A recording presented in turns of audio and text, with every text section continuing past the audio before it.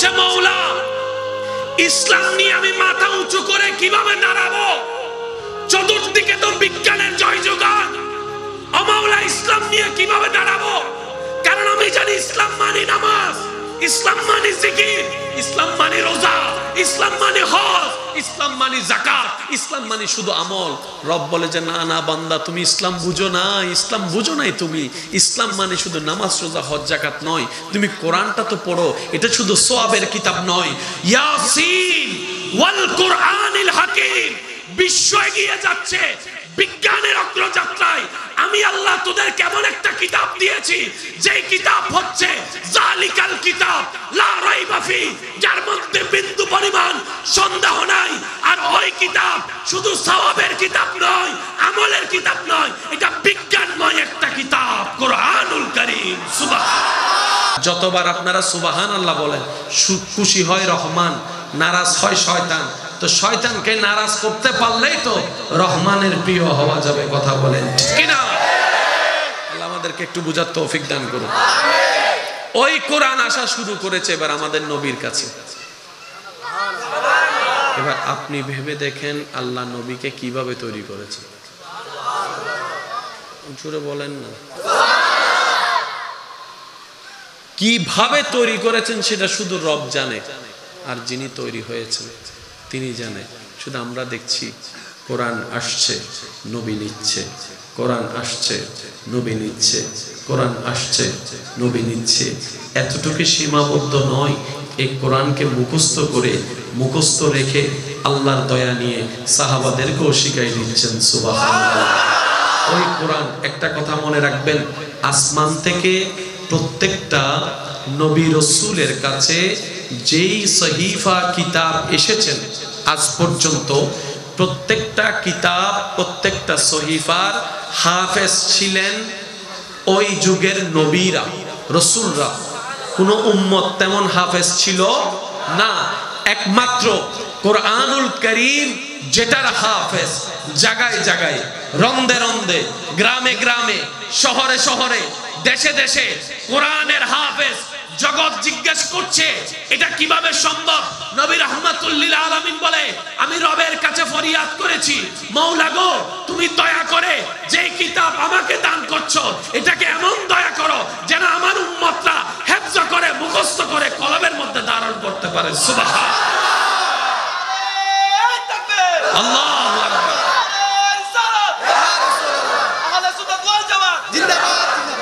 উচ্চ আওয়াজে বলেন না সুবহানাল্লাহ। মনে রাখবেন ভাইয়েরা, কষ্ট হচ্ছে আপনাদের? আমরা যে জ্ঞানী জ্ঞানী শব্দটা বলি, জ্ঞানী জ্ঞানী হয় এখান থেকে। কারণ এখানে কি আছে? এখানে কি আছে? স্কুল বুকু দিলেও গেলে ডাক্তার ও ডাক্তারগিরি শেষই নায়িকা হইতাম, ওনারা হন না। ডাক্তারের ডাক্তারগিরি, ইঞ্জিনিয়ার ইঞ্জিনিয়ারগিরি, আলেমের আলেমগিরি, মুফতির মুফতিগিরি। কিন্তু যখন এটা স্ক্রু ডিলা হয়ে যায়, সবকিছু শেষ হলো, হাফেজের হেফজগিরি শেষ হয় না, শেষ হয় না, শেষ হয় না। সুবহানাল্লাহ। আমি তো আমার ছচককে কয়েকজনকে দেখার সৌভাগ্য হয়েছে, জগৎ যাদেরকে পাগল নামে চিনে, কিন্তু কোরআনে হাফেজ হিসেবে ওনার ভিতরে কোরআনের হেফজটা আমার শোনার সৌভাগ্য হয়েছে বলে আমি বলতে কনফিডেন্স ফিল করছি।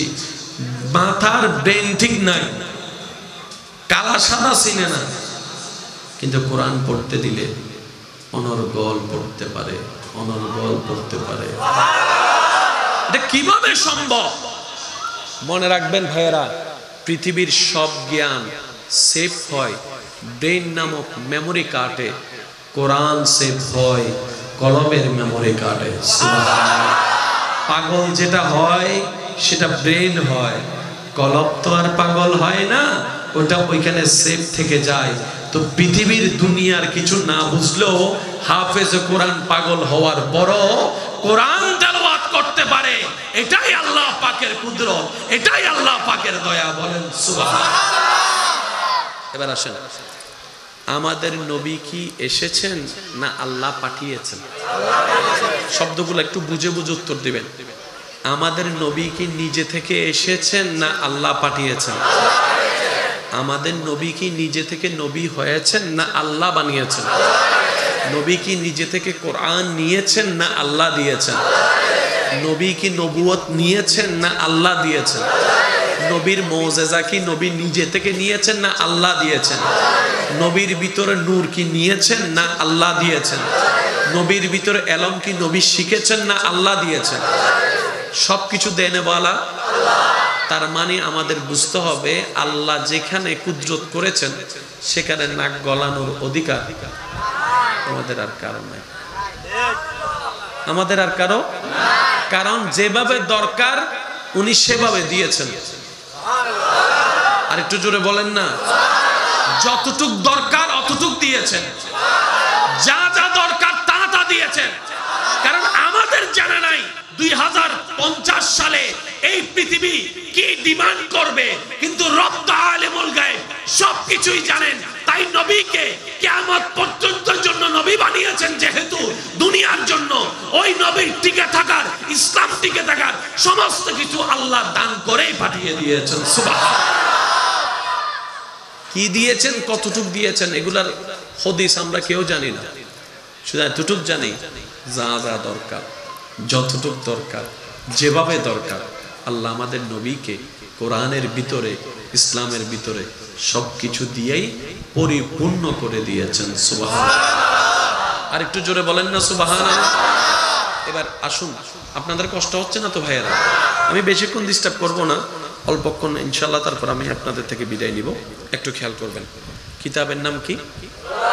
মাশাআল্লাহ, কিতাবের নাম কি? জোরে বলেন, কিতাবের নাম কি? প্রত্যেকটা নবীকে আল্লাহ তাআলা সময় সময় অনুযায়ী, এই কথাটা একটু বোঝার চেষ্টা করবেন ভাইয়া প্লিজ। ইউসুফ নবীকে আল্লাহ তাআলা এমন একটা জ্ঞান দান করেছেন, উনি স্বপ্নের যথাযথ ব্যাখ্যা দিতে পারতেন। তো ওই সময়টা, যুগটা, পরিবেশটা ছিল, যারা স্বপ্নের ব্যাখ্যা দিতে পারত তাদের দাম, বলে না তাদের দাম। রাজা বাদশারা টাকা দিয়ে মানুষ রাখতো, গণক রাখতো স্বপ্নের ব্যাখ্যা দেওয়ার জন্য। তো মানুষ তো ব্যাখ্যা দিলে আর কতটুকু দিতে পারে? 100-এ 40% মিলতো, 50% মিলতো, 30% মিলতো, পরিপূর্ণ হতো। এবার আল্লাহর পক্ষ থেকে আসছেন কে? ইউসুফ আলাইহিস সালাম। যুগের চাহিদা হচ্ছে স্বপ্নের ব্যাখ্যা। এবার সব দিকে বাদশার একটা স্বপ্ন নিয়ে যখন কথা ছড়াছড়ি শুরু হয়ে গেল, সবাইকে যখন ডাকা হলো, এক একজন এক এক ব্যাখ্যা দিচ্ছে, কিন্তু কোনো ব্যাখ্যাটা বাদশার দিলকে খুশি করতে পারে না। শেষ পর্যন্ত নবী ইউসুফ আলাইহিস সালামের সামনে যখন আসলো, ইউসুফ নবী স্বপ্নের ব্যাখ্যা দেওয়ার সাথে সাথে বাদশা বলে যে সবার উত্তরের মধ্যে ওর উত্তরটাই আমার বেশি পছন্দ হয়েছে। যেই যুগের, যেই এলাকার যেই ডিমান্ড ছিল, আল্লাহ সেভাবে সেই নবীকে, সেই রসুলকে পরিপূর্ণ করে পাঠিয়েছেন। আর একটু জোরে বলেন। যেমন মূসা নবীর কথা আসলেই ওনার একটা গুণের কথা আমাদের সবার মাথায় আসে, মূসা কালিমুল্লাহ। উনি আল্লাহর সাথে কি বলতেন?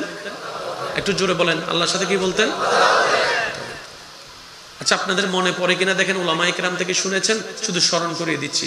উনি যখন ওনার হাতের লাঠিটা আল্লাহর হুকুমে নিচে ফেললেন, কি হয়ে গেছে? জোরে বলেন, আরো জোরে বলেন। ওই মূসা নবীর ট্রামটা ছিল, ওই এলাকার ডিমান্ড ছিল জাদু। কি জাদুতে মাহের? সবাই জাদুতে মাহের। শয়তানের পক্ষে যারা ছিল সবাই জাদুতে মাহের, মানে অলৌকিকতার মধ্যে, একটা জাদুর মধ্যে মাহের। আল্লাহ তাআলা মূসা নবীকে সেই কোয়ালিটি দিয়ে পাঠিয়েছেন, যে কোয়ালিটিটা প্রদর্শন করলে শয়তানের শয়তানি ধ্বংস হয়ে যাবে। সবাই সাপ বানাই দিল, মূসা নবীকে আল্লাহ হুকুম দিলেন, হাতের লাঠি ফেলে দিলেন, আল্লাহর হুকুমে সাপ হয়ে গেল। ওই সাপটা সব কুলারে খাইয়ে ফেলছে, মূসা নবী জিতে গিয়েছে। শুধু বুঝাতে চাচ্ছি, যেই এলাকার, যেই দেশের, যেই মানুষের, যেই কালচারের যেমন যেমন ডিমান্ড ছিল, ওই ডিমান্ডের প্রতিপক্ষে আল্লাহর পক্ষ থেকে রহমত হয়ে নবীরা এসেছেন, রসুলরা এসেছেন, কিতাবও এসেছেন। আরেকটু জোরে বলতে হবে, আরেকটু জোরে বলতে হবে। এতটুক কথা যাদের বুঝে আসছে তারা ডান হাত তুলে একবার দেখায় বলেন মারহাবা। হয় না, হয় না? আরেকটু জোরে বলতে হবে, আরেকটু জোরে। এবার হাত নামান, কারণ প্রত্যেকটা নবী কার প্রতিনিধি? ভাইয়া বলেন না, নবী নবী হেরে গেলে হেরে যাবে কে? স্বাভাবিক, তা আল্লাহ তো হারবে না, কারণ ইন্নাল্লাহা আলা কুল্লি শাইইন কাদির। সুবহানাল্লাহ বলতে হবে তো। নবীরা ইন্নী জাইলুন ফিল আরদি খলিফা, আল্লাহর প্রতিনিধিত্ব। তো আল্লাহ তাআলা ওনাদেরকে সেইভাবে সাজাই দিয়েছেন, যা ভিতরে দিলে হারবে না, জিতে আসবে। না হয় আপনি দেখেন ফেরাউনের দল কত বড়, মূসা নবীর দল কত বড়, কিন্তু জিতার সময় জিতেছে মূসা কালিমুল্লাহ। রাস্তা নীল কাউকে করে দেয় নাই, মূসা নবীকে করে দিয়েছে। সুবহানাল্লাহ। কারণ আল্লাহর দল কখনো হারতে পারে না। সবাই মিলে বলেন, আল্লাহর দল কখনো হারতে পারে না। আল্লাহর বন্ধু কখনো হারতে পারে না। আল্লাহর প্রিয়রা কখনো হারতে পারে না। আল্লাহর প্রতিনিধি কখনো হারতে পারে না। আল্লাহর খলিফা কখনো হারতে পারে না। দিয়েছেন কে? ওই আল্লাহর কাছে কি কমতি আছে? অজানা কিছু আছে? তার মানে উনি সব গোছাই দিয়েছেন। যেই নবী যখন এসেছেন ওই নবী ওই যুগের ওই সময়ের জন্য 100 কমপ্লিট ছিল। একটু জোরে বলতে হবে। এবার আপনারা বলেন, সবাই জানেন প্রত্যেকটা নবী রসুলকে আল্লাহ নির্দিষ্ট নির্দিষ্ট এলাকার জন্য, দেশের জন্য পাঠিয়েছেন। যেমন মূসা নবীর নাম আসলে আমরা বলি বনি ইসরাইলের নবী। বনি ইসরাইল নামিয়ে নুন না, কেন উনি লেখেন আওয়াজ দেহন উন্নুন না, বনি ইসরাইলের নবী বলা হয়। অনেক নবী ছিলেন সেখানে, কিন্তু আল্লাহ তো আমাদের নবীকে সারা কুল কায়নাতের জন্য নবী বানিয়েছেন। একটু জোরে বলতে হবে। আল্লাহ আমাদের নবীকে সারা কুল কায়নাতের জন্য নবী বানিয়েছেন, রহমাতুল লিল আলামিন বলেছেন। আর আমাদের নবীর পরে তার কোনো নবী। এবার সেই নবীর এরিয়ার ভিতরে সিটাং আছে না নাই? আমি একটু জোরে জোরে আওয়াজ চাচ্ছি। চট্টগ্রাম আছে না নাই? Dhaka, Barishal, Sylhet, Natore, Rajshahi, Bangladesh, Kolkata, India, Pakistan, Dubai, America, Africa, Australia, Netherland, Finland, Switzerland, Australia, Brazil, Argentina, Nepal, Bhutan, সবগুলো আছে। কিন্তু এক এক দেশের কালচার তো এক এক রকম, এক এক দেশের মানুষের চিন্তা ভাবনা এক এক রকম। আমি কি বুঝাতে পারছি কথা? সবার জন্য নবী, তার মানে প্রত্যেকটা এলাকার সমস্ত ডিমান্ড পরিপূর্ণ করা, সমস্ত প্রশ্নের উত্তর দেওয়ার কোয়ালিটি আল্লাহ তাআলা আমার নবীর ভিতরে দান করেছেন। শুধু তাই নয়, এই ইসলাম কিয়ামত পর্যন্ত ইসলাম। তার মানে যুগ যেমনই হোক, সাল যেমনই হোক, ক্যালেন্ডারে যে সালে আসুক না কেন, প্রত্যেকটা সিচুয়েশনের উত্তর দেওয়ার মতো ক্ষমতা আল্লাহ ইসলামের ভিতর দান করে দিয়েছেন। সুবহানাল্লাহ। আল্লাহ বুঝার তৌফিক দান করুন। 1971 সালের বরিশাল বাজার আর 2023 সালের বরিশাল বাজার কি এক? জন্ম আমার নবীর যুগে হলে কেমন হতো, জন্ম আমার নবীর যুগে হলে কেমন হতো, দুনয়নে দেখিলে কেমন হতো, জন্ম আমার নবীর যুগে। আওয়াজ আয় বেগুন না ভাই, বেগুন মিলে কি আওয়াজ? জন্ম আমার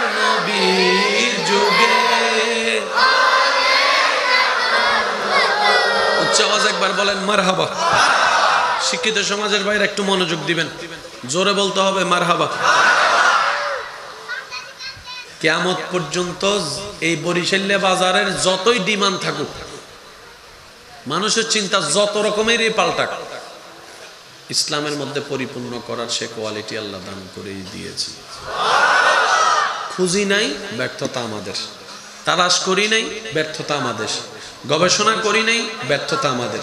ইসলামের কোনো ব্যর্থতা নাই, মনে রাখবেন। ব্যর্থতা সব আমাদের, ইসলামের কোনো ব্যর্থতা। আল্লাহ আমাদেরকে একটু বুঝার তৌফিক দান করুন। ইসলাম ব্যর্থ হবে কেমনে? যে ইসলাম আল্লাহ, যে ইসলাম সাজাইছে আল্লাহ, এই ইসলাম তো কখনো ব্যর্থ হতে পারে না। আমরা অনেক সময় নিজেদের ব্যর্থতাকে ইসলামের নাম দিয়ে চালাই দিই, ঠিক না? আমরা অনেক সময় নিজেদের দোষটা ইসলামের নাম দিয়ে চালাই দিই। ভুলটা আমার, ভুলটা ইসলামের নয়। মনে থাকবে ইনশাল্লাহ। এবার আসেন, এক এক নবীর যুগটা ছিল এক এক রকম। আমাদের নবীর ট্রাম যেটা ছিল, এবং সেখান থেকে শুরু করে কিয়ামতের আগ পর্যন্ত সবকিছু যদি বাদ দেন, একটা জিনিসের বারবার অগ্রযাত্রা হচ্ছে, সেটা হচ্ছে বিজ্ঞান। কি জোরে বলেন? দিন দিন সায়েন্স ডেভেলপ হচ্ছে। আগে ছিল সায়েন্স, এখন হচ্ছে মডার্ন সায়েন্স। জোরে বলেন না? জীবনে কোনোদিন কেউ কল্পনা করছে এই ফিঙ্গারপ্রিন্ট দিয়ে মোবাইল খুলবে? 3310 ব্যবহার করে যদি 1100 মডেল ব্যবহার করে যদি বোঝেন আছে তো না? ওইবারে টড়রঙ্গ টড়রঙ্গ টড়রঙ্গ টং লক গইতো দেখি দি মাঝখান দিয়ে বেদ আর ওকে হ্যাঁস মারো, আবার ওকে বাইরে দিয়ে হ্যাঁস ছিবি ধরলে লক। এত হনানি কে কল্পনা করছি না এই লোক সেট আইব মাঝখান দিয়ে বটন তো তুলিবিলি নতুন সেটক গজাতে, এই অ্যান্ড্রয়েড সেটক গজাতে দাদারে দিয়ে দাদা হতে বোতম হো আর নারা জীবন ভর অল যেতে লাগে বোতম অল লাগি। এখন তো বোতম ন লাগে। দাদা ইবে ইবে মস্কারি গরদ না তুই আনলো, ঠিক না বেটি? খাও না। আপনি দেখেন সবচাইতে বেশি অগ্রযাত্রা হচ্ছে বিজ্ঞানের, আর্টসের নয়, কমার্সের নয়, বিজ্ঞানের। বর্তমান পৃথিবীতে রাজত্ব করতেছে বিজ্ঞান। আপনি যেদিকে তাকাবেন বিজ্ঞান আর বিজ্ঞান। মোবাইল বিজ্ঞান, ক্যামেরা বিজ্ঞান, ফেসবুক বিজ্ঞান, ইউটিউব জোরে জোরে বলেন, টুইটার বিজ্ঞান, গাড়ি বিজ্ঞান, মার্সিডিস বিজ্ঞান, প্রাডো বিজ্ঞান, বিমান বিজ্ঞান, হেলিকপ্টার বিজ্ঞান, ওই রকেট বিজ্ঞান, স্যাটেলাইট, সবকিছু বিজ্ঞানের। বুঝবেন, সবকিছু বিজ্ঞানের। পৃথিবীর চাহিদা বিজ্ঞান। আমি কি বুঝাতে পারছি কথা? পৃথিবীর চাহিদা বিজ্ঞান। এবার বিজ্ঞানের মতো কিছু হলে ও বন্ধুত্ব করবে, আর যদি না হয় তাহলে কখনো সে বন্ধুত্ব করবে না, আন্ডার এস্টিমেট করবে। তুই তো বেলা আমার লেভেলেরই না। এবার এই বিজ্ঞানের প্রযুক্তির যুগে বান্দা বলছে, মওলা ইসলাম নিয়ে আমি মাথা উঁচু করে কিভাবে দাঁড়াবো? চতুর্দিকে তো বিজ্ঞানের জয় জোগান। ও মওলা ইসলাম নিয়ে কিভাবে দাঁড়াবো? কারণ আমি জানি ইসলাম মানে নামাজ, ইসলাম মানে জিকির, ইসলাম মানে রোজা, ইসলাম মানে হজ, ইসলাম মানে যাকাত, ইসলাম মানে শুধু আমল। রব বলে যে না না বান্দা, তুমি ইসলাম বুঝো না, ইসলাম বুঝো নাই তুমি। ইসলাম মানে শুধু নামাজ রোজা হজ যাকাত নয়, তুমি কোরআনটা তো পড়ো। এটা শুধু সওয়াবের কিতাব নয়। ইয়াসিন ওয়াল কুরআনিল হাকিম। বিশ্ব এগিয়ে যাচ্ছে বিজ্ঞানের অগ্রযাত্রায়। আমি আল্লাহ তোদের কেমন একটা কিতাব দিয়েছি, যে কিতাব হচ্ছে জালিকাল কিতাব লা রাইবা ফি, যার মধ্যে বিন্দু পরিমাণ সন্দেহ নাই। আর ওই কিতাব শুধু সওয়াবের কিতাব নয়, আমলের কিতাব নয়, এটা বিজ্ঞানময় একটা কিতাব, কোরআনুল কারীম। সুবহানাল্লাহ, আল্লাহু আকবার।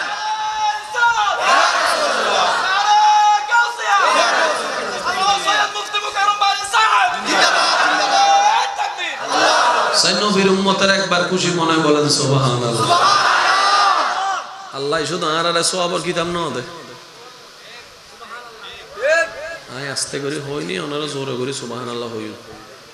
কেন করে হইবেন দে? কেন করে? যার তো শক্তি আছে তারা হইন, আর যারা গেঙ্গু আর কি হইবেন? এমন একটা কোরআন আল্লাহ আমাদেরকে দিয়েছেন, এই কোরআনকে নেওয়ার মতো নিয়ে এই বিশ্বে যাদের সামনে গিয়েছে, মাথা নিচু করে আসতে হয়নি, সর্বদা মাথা উঁচু করেই এসেছে। এমন একটা কিতাব আল্লাহ দয়া করে আমাদেরকে দান করেছেন, যেটার নাম কোরআনুল কারীম। এটা এমন একটি কিতাব, বিশ্বের বড় বড় অনেক জ্ঞানী গুণীরা এই কোরআনের ভুল ধরতে গিয়ে, কোরআন পড়তে পড়তে কোরআনের সৌন্দর্যের জ্ঞানের প্রেমে পড়ে ইসলাম ধর্ম গ্রহণ করেছে।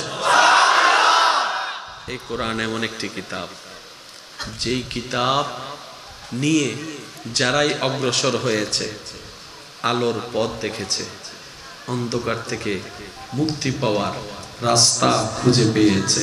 চিৎকার দিয়ে বলেন সুবহানাল্লাহ।